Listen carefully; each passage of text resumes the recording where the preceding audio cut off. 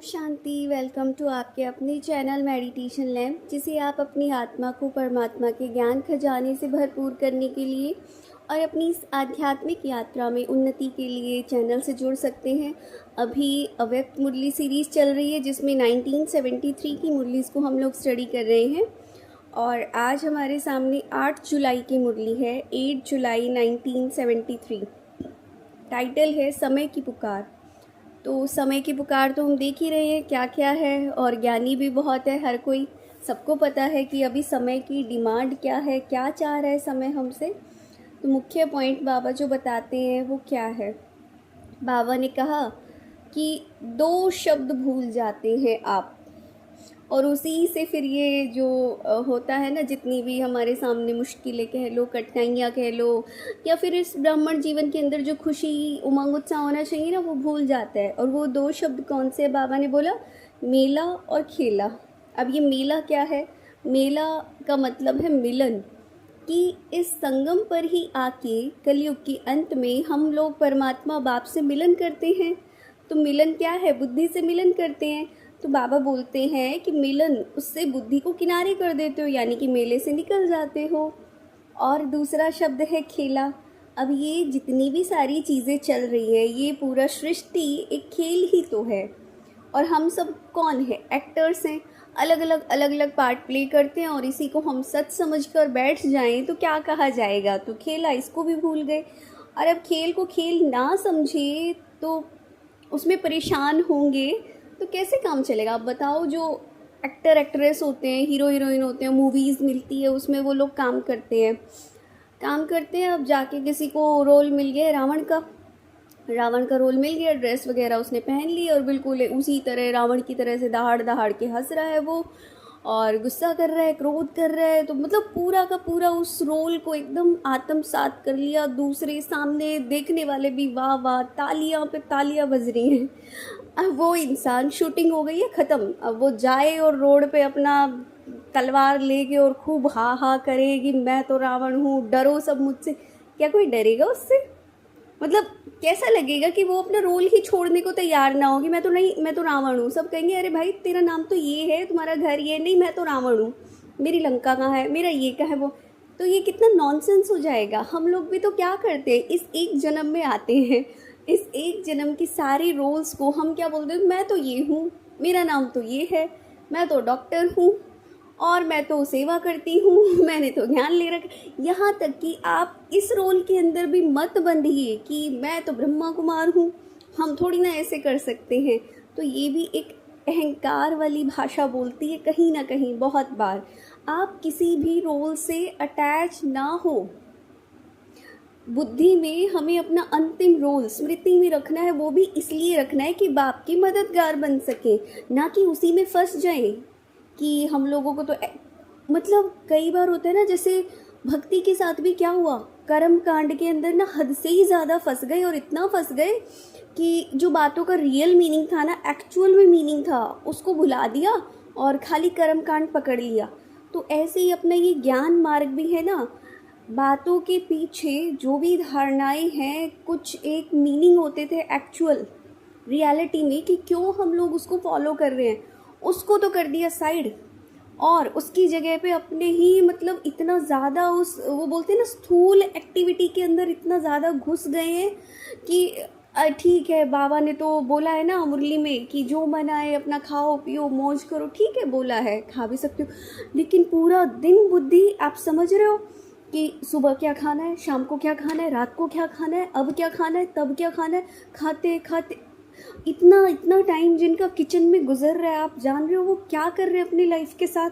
अपने 24 घंटे में से उस टाइम को एक बार निकालो, देखो कितना काम, मतलब कितना टाइम उसी खाने पीने में, कि नहीं भाई हम तो अपना ये अलग से, हमको ये अलाउड नहीं है, तो हम लोग तो खुद ही घर पे बना के खाएंगे। ज़रूरी है क्या?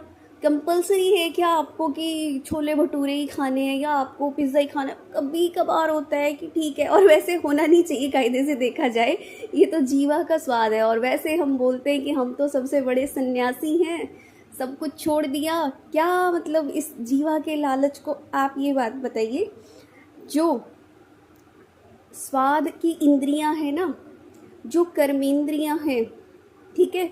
जो कर्मेंद्रियों को नहीं जीत सकता, रस इंद्रियों को, ठीक है, रस मिलता है ना इस जीवा से, वो जननेंद्रियों को भी नहीं जीत सकता।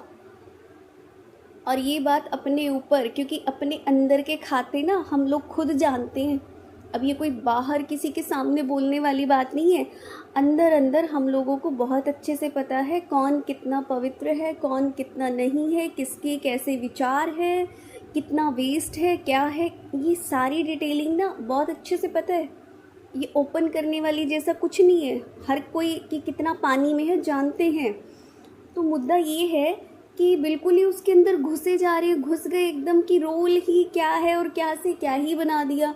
घूमना फिरना ये सब कुछ ठीक है, लेकिन एक बात को समझो ज़रा कि कर्म कांड को इतना ज़्यादा पकड़ लिया है कि भाव ख़त्म कर लिए। मैंने यहाँ तक भी ये चीज़ सही ईमानदारी से एक बार फील करके बताना। मुरली जो सुबह सुबह लिखते हैं, ठीक है, प्रश्न उत्तर वरदान और ये स्लोगन, ये लिख के उसके बाद गायब। कहाँ वो कॉपी पड़ी है, कहाँ वो वरदान है, कौन सा प्रश्न कौन सा उत्तर, सब गया तेल लेने। हमें कुछ नहीं याद होता। अगले दिन उठाएंगे। ऐसे एक ना रिचुअल बना दिया कि हाँ बस खाली लिखना है, और उस लिखे हुए का हमें कोई मतलब तिनके जितना भी याद नहीं है आत्मा को। सिर्फ और सिर्फ फॉर्मेलिटी करनी है, डेली डेली करनी है, और डेली कभी उठा के खोल के देखते तक नहीं है कि खाली दिखाने के लिए। किसके लिए? ये मैं ये मना नहीं कर रही हूँ, आप खाली ना भाव के पीछे जाने की कोशिश करना। कहने का अर्थ क्या है? सिर्फ ये दिखाने के लिए उन दीदियों को कि हाँ जी हम तो रोज़ मुरली लिखते हैं,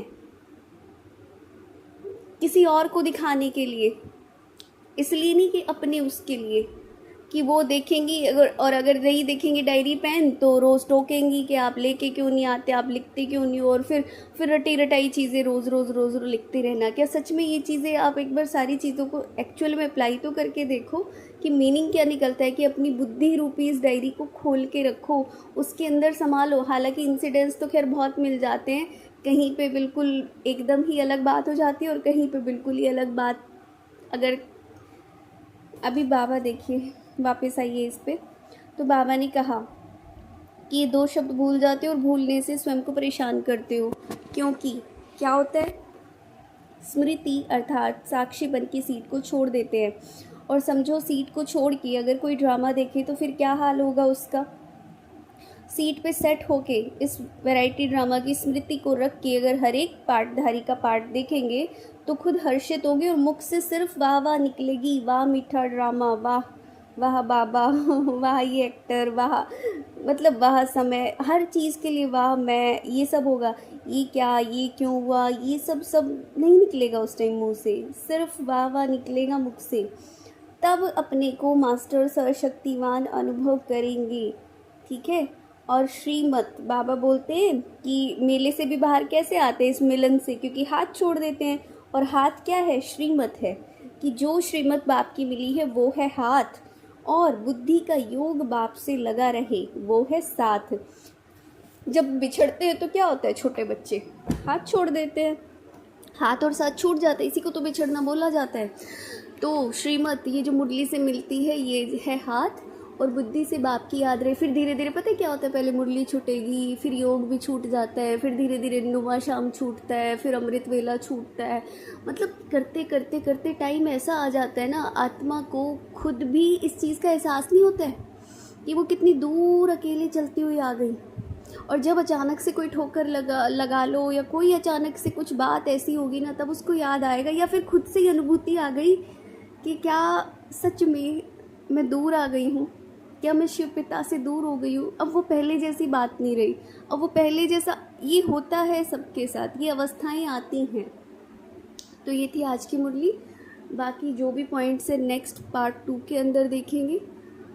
जो भी चैनल पे नए आए हैं चैनल को लाइक शेयर सब्सक्राइब करें जितना हो सकता है, ताकि सब मिलकर पुरुषार्थ करें। शेयर कीजिए जितना ज़्यादा, क्योंकि ज्ञान बांटने से बढ़ता है, आपका पुण्य का खाता ही जमा होगा।